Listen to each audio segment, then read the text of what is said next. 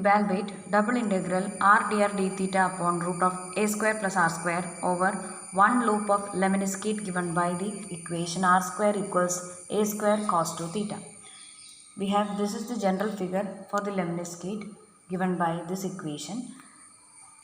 We are asked to find out this double integral over one of the loops of the lemniscate.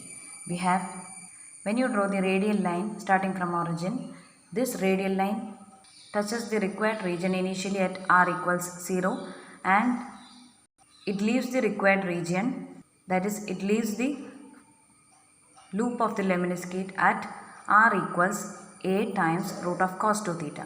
We have the right loop will have the representation r equals a times root of cos 2 theta and the left loop can be expressed as r equals negative a multiplied to root of cos 2 theta.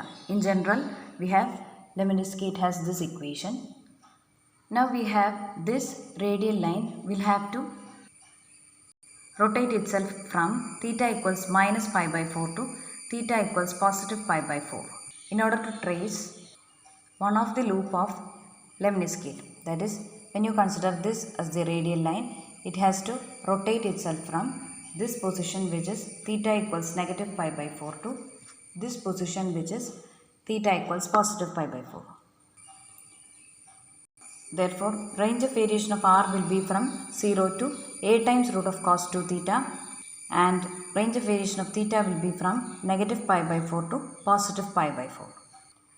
We have the given double integral over r dr d theta upon root of a square plus r square rewritten as integral theta varies from minus pi by 4 to pi by 4, integral r varies from 0 to a times root of cos 2 theta 1 by 2 times a square plus r square the whole raised to minus 1 by 2 multiplied to 2r dr d theta. We have multiplied and divided this particular integral using 2. That's why we have 1 by 2 here and 2 occurring here. When you take root of a square plus r square as the numerator, it becomes a square plus r square the whole raised to minus 1 by 2. Now we will make use of substitution method. When you give a square plus r square equals t, we have dt equals 2r dr, where a is a constant. Therefore, this part can be rewritten as integral t raised to minus 1 by 2 into dt. 1 by 2 is just a constant which can be taken outside the process of integration. Therefore, our integral 0 to a times root of cos 2 theta a square plus r square the whole raised to minus 1 by 2 2r dr can be rewritten as integral t raised to minus 1 by 2 dt, which after integration becomes t raised to minus 1 by 2 plus 1 upon minus 1 by 2 plus 1, which becomes 2 times t raised to 1 by 2. When you give back the substitution for t, we have this answer can be rewritten as 2 times a square plus r square the whole raised to 1 by 2, or it can be rewritten as a square plus r square the whole raised to 1 by 2 upon 1 by 2. Now to this expression we will give upper and lower limits of r, that is r equals 0 and r equals a times root of cos 2 theta.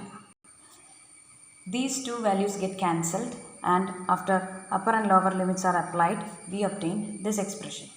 Now we have to carry out integration with respect to theta. Notice that here integration with respect to r is considered as innermost integration because limits of r are non-constant. This limit is non-constant because it is expressed in terms of theta, and we have considered integration with respect to theta as the outermost integration because limits of theta are constants. When you take a common from outside these two terms, we have a square the whole raised to 1 by 2 becomes a. Then we can take a common from outside these two terms. Thus, a is taken common from outside all the terms in the integrand and it takes place outside the process of integration. We have 1 plus cos 2 theta can be rewritten as 2 times cos square theta. 2 times cos square theta the whole raised to 1 by 2 becomes root 2 cos theta. Now we will carry out integration of this integrand with respect to theta. By usual integration we obtain the given double integral obtains the value 2a times 1 minus pi by 4. Here, since this integrand is an even function, you can rewrite the limit integral minus a to a format as 2 times integral 0 to a. That is, we have the given integral I can be rewritten as 2a times integral 0 to pi by 4 root 2 cos theta minus 1 into d theta. So that we have limits 0 and pi by 4 to be given for theta, and we obtain the final answer as double integral I equals 2a times 1 minus pi by 4.